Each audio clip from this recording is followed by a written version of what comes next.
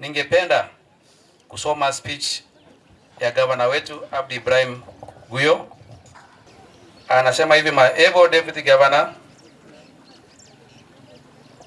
honorable members of the county assembly, members of the national and senate present, county commissioner and national government officials, county executive members and chief officers, members of the county public service board, development partners, invited guests, fellow residents of Isiolo County, ladies and gentlemen, assalamu alaikum. Hamjambo. As we gather to commemorate this year's 60th Jamhuri Day, it is important to take time to reflect on the development journey we have taken in the last 1 year. Noteworthy, I challenge all of us to celebrate the gains made, ponder on the lessons learned, and seek to create innovative avenues to solve issues we have as a people experienced. Indeed, as a county, this has been the most difficult year grappling with climate change and its devastating impact occasioned by moving from drought situation to the recent El Nino rains that has led to immense loss of properties and human lives. Therefore, I commence by my address.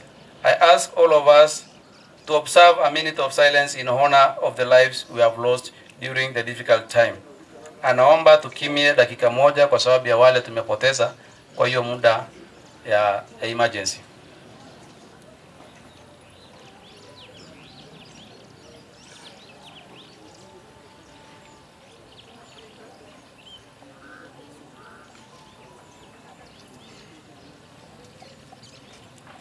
Thank you. Looking ahead, in my capacity as your governor, I reiterate my administration's unwavering commitment to addressing any form of adversity that our people may encounter as a result of such natural disasters. Fellow Isiolo people, in response to the ongoing challenges posed by the current El Nino phenomenon, which has led to widespread catastrophic flooding, my administration has distributed 268.392 metric tons of relief food to 11,084 households in 172 villages across our vast county. We did also airlift urgent medical aid and life support for communities in Malkagala, Basa, Resaboru, Sericho areas that had been rendered inaccessible by road. Similarly, we have, through collaborative efforts with our development partners and humanitarian organizations like the Kenya Red Cross, provided safety and dignity kits to several affected families. Further, in a bid to curb additional human suffering, we are not only addressing the immediate exigencies, but also proactively devising sustainable solutions to mitigate the repercussions of such natural disasters in the future. Equally, I wish to reassure all residents of our great county that our dedication to revamping and construction of damaged essential infrastructure stands resolute. My administration inherited several stalled projects. In this regard, as your governor, I wish to register my continued commitment to completing these projects. Notably, in this first year, my administration has its major focus on our export abattoir and the modern markets. These two mainly informed by their inherent capacity to completely transform the livelihoods of our people. It's my anticipation that we shall, as a government, complete the aforementioned projects early next year. Going forward, we shall also fast-track the completion of Casualty Accident and Emergency Center at the Isiolo County Referral Hospital and the county government's headquarters. In my view, once in place, this will play pivotal roles in improving service delivery to the Mwananchi. Fellow Isiolo people, access to clean and sustainable water for every household in our vast county is a key goal that is close to my heart. To this end, I'm happy to report that my administration has in the last 1 year drilled 7 new boreholes in Akadeli, Kakili, Kiwanja, LMD, Malkagala, Lokole in Merti, and Rachabasa. Similarly, as government, we have also rehabilitated 27 boreholes through replacement of motors, pumps, controllers, draw pipes, faulty cables, and other electromechanical equipments. Equally, we procured 3 generators for boreholes in Boji and Marchi. To take care of water supply issues to our people's homes, my administration rehabilitated and operationalized the Nduguzangu, Ewaso turbine and Duse pipeline systems. Further, in Oldonyiro, we renovated 800,000 liters water storage tank.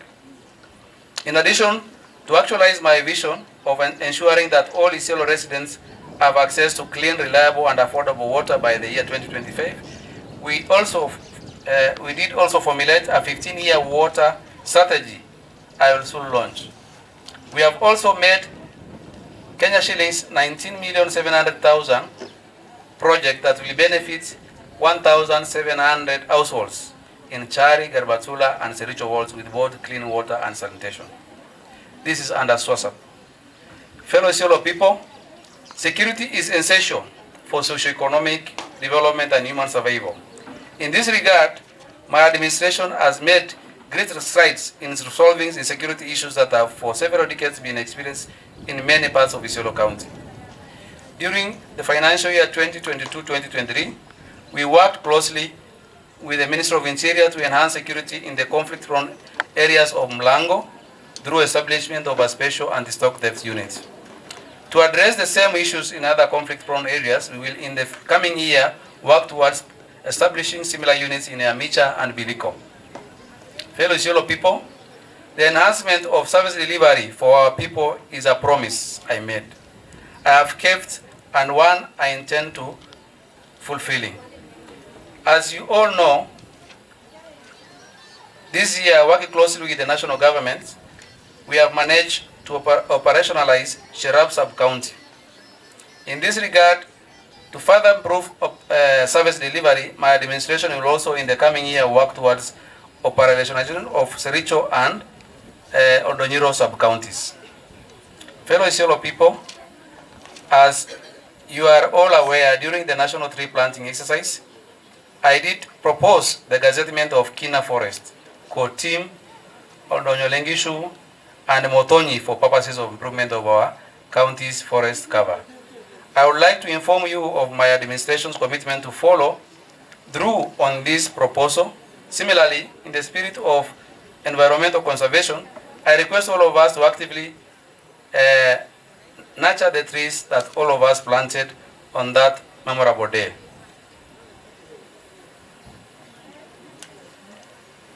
On land adjudication and ensuring that our people possess crucial land ownership documents, my administration, through the Department of Lands and Physical Planning, commenced the process of surveying 7,000 parcels of land in the historical town of Garbatula mid last month. In my view, this will reshape and rejuvenate the economic geography of this town, thereby restoring its former glory as business hub. Further, in addressing the long-standing land-related dispute between Burat residents and the defense forces, as your governor, alongside the other elected leaders, we met with KDF leadership and commitment was made to finding a lasting solution to this issue. I therefore urge all of us to be patient with this process, from which I am confident we shall reap a lasting and binding solution.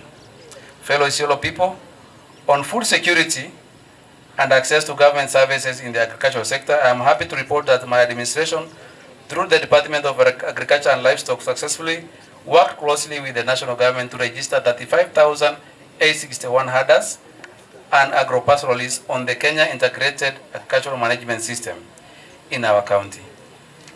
This is an important digitized central database for farmers and pastoralists that will enhance e-extension services and provide our herders with information on the prices of various commodities such as vaccines. To this end, I urge those who promised or who missed out on the registration to contact the relevant departments. Further, to bolster coordination and cooperation with this agricultural sector, my government is formulating the Isiolo County Agricultural Sector Coordination Committee Bill 2023. In my view, this crucial legislation will help us streamline activities, enhance accountability, and facilitate the development of the agricultural sector in our county. Fellow Isiolo people, as you will all remember during the recent Mashujaa Day celebrations, we flagged off 760 community health promoters, whose role is to assist in improving our people's health-seeking behavior and realizing universal health coverage. To this end, my administration partnered early in this month with the national government, Ministry of Health, to provide smartphones to our CHPs. Yale mambo yanazungumziwa hapa ni watu wanaitwa community health promoters, ambao katika kaunti yetu those 50 units wako 760. Walipata kits ambayo iko na kila kitu ambayo itasaidia kukupima huko ndani ya nyumba yako, sio vijijini, kwa nyumba yako. Tulipata kits 660, pia tukapata smartphone 660 ambazo kwa sasa inawekwa hiyo application ndio tuweze ku roll out, kila mtu afunzwe namna ya kutumia mali yako.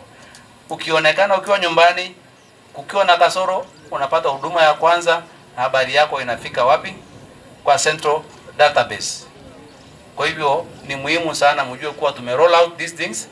Now already we have rolled out in Isiolo sub county as we are way to go towards Marti and Garbatula. In my view, if put to good use, the smartphones will assist our Department of Health Services in obtaining up-to-date data that will guide effective planning for the efficient provision of first-class medical care to our people. Fellow Isiolo people, in the spirit of festive season that we are about to enter, I plead with all of us to remember families that have been adversely affected by the recent floods.